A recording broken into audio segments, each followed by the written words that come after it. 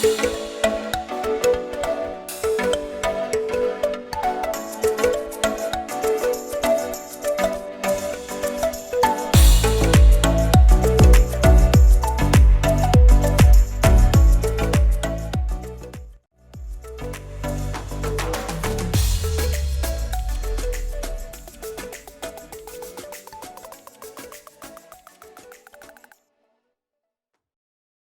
datang kepada teman-teman semuanya.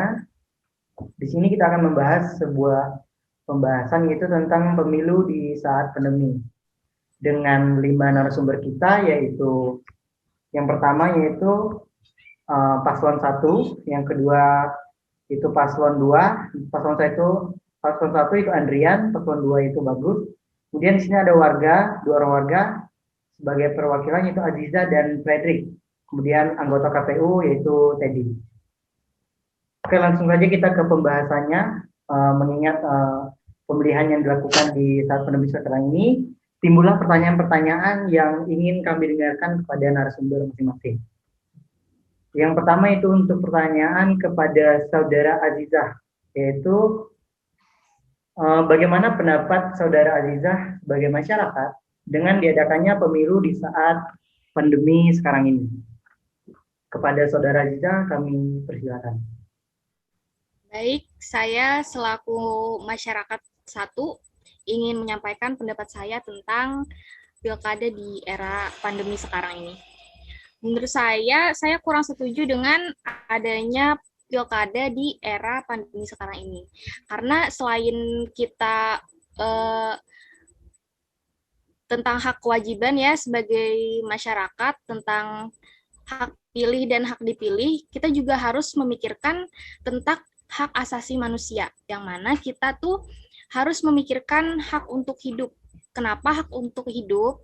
Yaitu berkaitan dengan kesehatan masyarakat, hak untuk sehat. Dan itu juga akan berkaitan dengan hak atas rasa aman. Sebagai masyarakat mungkin banyak keluhan ya, kenapa dengan adanya pandemi ini tetap dilaksanakan pilkada gitu. Padahal kita lagi takut-takutnya nih di era pandemi, jangan berkerumun gitu. Mungkin dari saya itu ya, kurang setuju. Baik. Dari saudara narasumber kita yang pertama, Aziza, mengatakan bahwa tidak setuju terhadap pemilihan kepala daerah di tempat masing-masing daerah. Artinya dia tidak setuju dengan pemilihannya jika tetap dipaksakan melakukan pemilihannya. Kemudian lanjut ke saudara narasumber kita yang kedua, yaitu saudara Pedri sebagai tokoh masyarakat juga. Di sini perwakilan kepada saudara Pedri kami persilakan. Ya, saya sebagai warga kedua, mungkin menurut saya harus tetap dilaksanakan. Karena keputusan untuk tetap melaksanakan pilkada juga menjadi janggal kalau melihat pemilihan kepala desa diputuskan untuk ditunda dengan alasan keselamatan warga, sedangkan pilkada tetap dijalankan. Terkait pandemi ini, saya sebagai masyarakat Indonesia tetap mempertahankan rasa optimis bahwa Indonesia dapat segera melalui tantangan virus corona. Ini harus kita ambil hikmahnya. Negara lain juga tetap menjalankan pemilu di tengah pandemi. Misalnya Amerika telah menggelar pemilihan presiden pada November 2020 yang lalu. Menurut saya pilkada di masa pandemi bukan mustahil. Negara-negara lain seperti Singapura, Jerman, Prancis, Korea juga menggelar pemilihan umum di masa pandemi. Yang terpenting protokol kesehatan harus dijalankan secara ketat di dalam tahapan pilkada yang akan datang. Ini dilakukan untuk mencegah kemungkinan terjadi lonjakan penyebaran atau klaster saat pilkada digelar. Untuk itu kan hubungannya dengan materi juga sama seperti hak kita untuk tidak memilih. Bisa, tapi kewajiban kita harus memilih. Mungkin dari saya seperti itu. Baik, terima kasih saudara Pedri. Jadi dari narasumber masyarakat itu Aziza dan saudara Pedri ini ada kesimpulan bahwa dilakukan pemilihan dan tidak dilakukan pemilihan. Jadi saudara Zita ini meminta supaya tidak dilakukan pemilihan karena pandemi. Kemudian dari saudara Fredrik juga mengajak untuk tetap melakukan pemilihan karena di bagian negara juga sudah ada yang melakukan pemilihan dan itu tidak terlalu berdampak buruk ya di beberapa negara itu. Nah, timbullah pertanyaan di sini, lalu bagaimana protokol kesehatan? Nah, pertanyaan ini dikhususkan untuk pihak KPU, yaitu narasumber dari pihak KPU, yaitu saudara Teddy.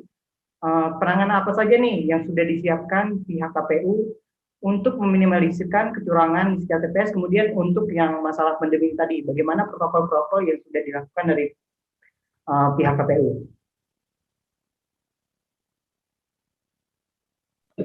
Ya, saya sebagai pihak KPU telah menyediakan sebuah protokol-protokol yang untuk mengamankan pemilihan pilkada ini dengan menyediakan cuci tangan, kemudian wajib memakai masker,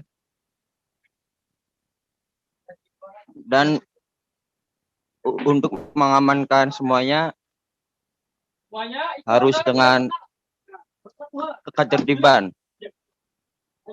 Jadi wajib bagi para pemilih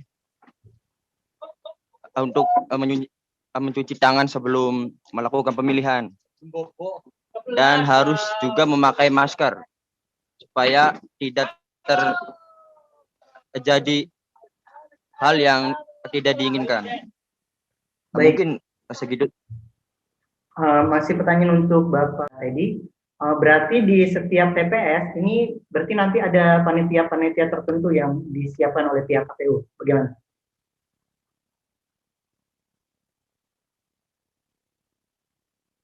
Bisa diulangi?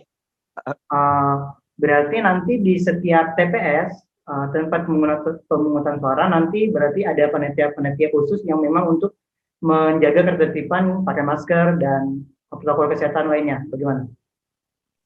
Oh iya, di setiap TPS pasti supaya bisa minimalisir lah. Baik. Oke, terima kasih kepada Bapak Teddy. Selanjutnya, ini pertanyaan untuk kedua paslon yang akan mencalon kepala daerah ya. Pertanyaan ini perwakilan dari masyarakat, termasuk saya juga sebagai masyarakat. Bagaimana cara kalian mengkampanyekan diri kepada masyarakat, mengingat pemilu tahun ini sangat susah sekali, dikarenakan dampak pandemi kepada paslon 1 dan 2 kami persilakan. Yang pertama itu paslon 1. Oke, baik. Untuk kampanye sendiri, kalau dari tim saya gitu, tim sukses, itu kita nggak langsung turun ke warga, tapi lebih ke arah perwakilan saja. Jadi misalkan perwakilan dari desa-desa kita kumpulkan, nanti kita kampanyekan di situ. Nanti dari perwakilan desa itu mungkin bisa dimintai tolong untuk disampaikan ke warga.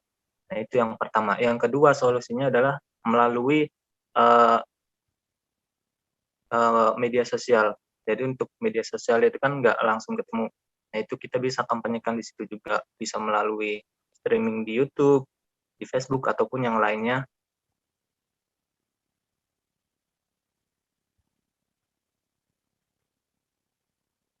Terus perwakilan masyarakat. Nah, dari situ nanti kita kampanyekan kepada mereka program-program yang kita buat. Insya Allah itu bisa meminimalisir penularan dari COVID, dan insya Allah tidak ada klaster baru di pilkada kali ini. Mungkin itu dari saya. Baik, selanjutnya kepada paslon 2 untuk memberikan bagaimana mengkampanyekan diri kepada masyarakat mengingat pandemi sekarang ini. Silakan kepada Bapak Bagus, selaku paslon 2. Baik, terima kasih Pak Jojo. Jadi bagaimana cara mengkampanyekan pada masa pandemi ini? Sebenarnya banyak cara yang dilakukan untuk mengkampanyekan, seperti contohnya kita dapat melakukan secara daring atau dalam kata lain seperti tadi yang dikatakan paslon nomor 2 dapat dilakukan secara Zoom Meet atau dengan dengan Google Meet dan aplikasi lainnya. Nah, kemudian juga tidak harus mengumpulkan masyarakat dalam suatu kerumunan karena itu sangat amat riskan karena dapat menularkan virus corona. Nah, kita dapat melakukan tindakan seperti kita, misalkan saya melakukan penelusuran di desa tersebut. Nah, kita telusur, kita lihat bagaimana kondisi desa tersebut. Kemudian, kita dapat mempublikasikannya di sosial media. Nah, kita bicarakan bagaimana tentang desa ini, apa yang kita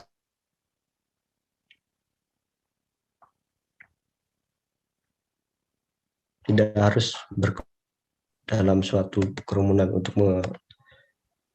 mengkampanyekan itu semua. Baik, terima kasih. Terima kasih pada paslon 1 dan paslon 2 telah memberikan pendapatnya atau solusi dari bagaimana mengkampanyekan di saat pandemi seperti ini. Kemudian kita kembali lagi ke masyarakat tadi, yang dimana dua masyarakat tadi bertentangan nih, ada yang pro, ada yang kontra. Kepada Saudara Azizah, saya persilakan untuk menanggapi bagaimana komentar dari Bapak Pedrik tadi. Silakan kepada Saudara Azizah. Baik, dengan menanggapi yang pendapat Bapak Fredrik tadi, menurut saya ada benarnya juga tetap dilaksanakan, tapi sebagai masyarakat ya, saya pribadi mungkin perlu sebuah jaminan dari pemerintah tentang keamanan nih,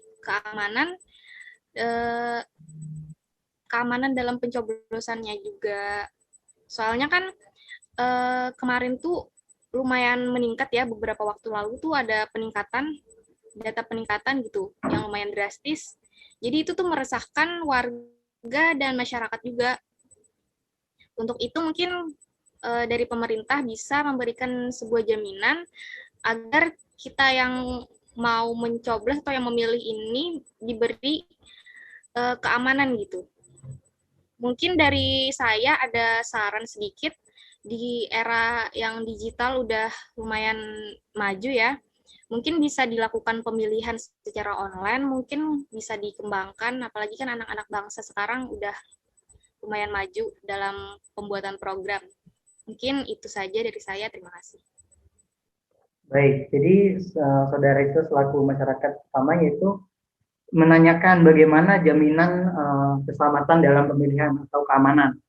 Berarti pertanyaan ini tertuju kepada pihak KPU nih. Pihak KPU gimana nih menjamin keselamatan untuk pemilihnya?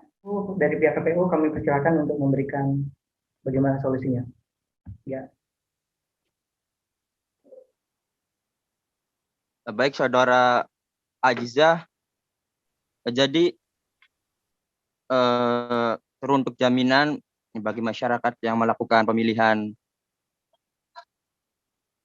kami di anggota KPU akan menyediakan sebuah rapid test mungkin bagi lansia, yaitu umur di atas 50 yang rentan terkena virus tersebut. Tapi teruntuk di bawah umur tersebut mungkin hanya menyediakan masker dan wajib untuk cuci tangan setelah pemilihan. Itu saja jawaban dari saya. Baik, terima kasih Saudara Teddy telah menjawab pertanyaan dari Saudara Ziza.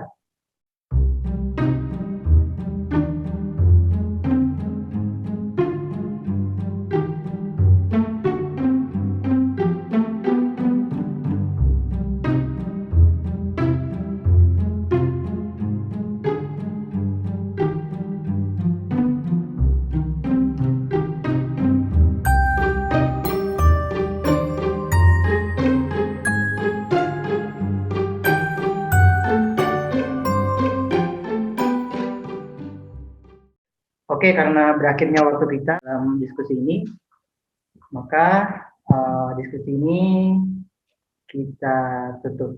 Assalamualaikum warahmatullahi wabarakatuh. Waalaikumsalam. Waalaikumsalam warahmatullahi wabarakatuh.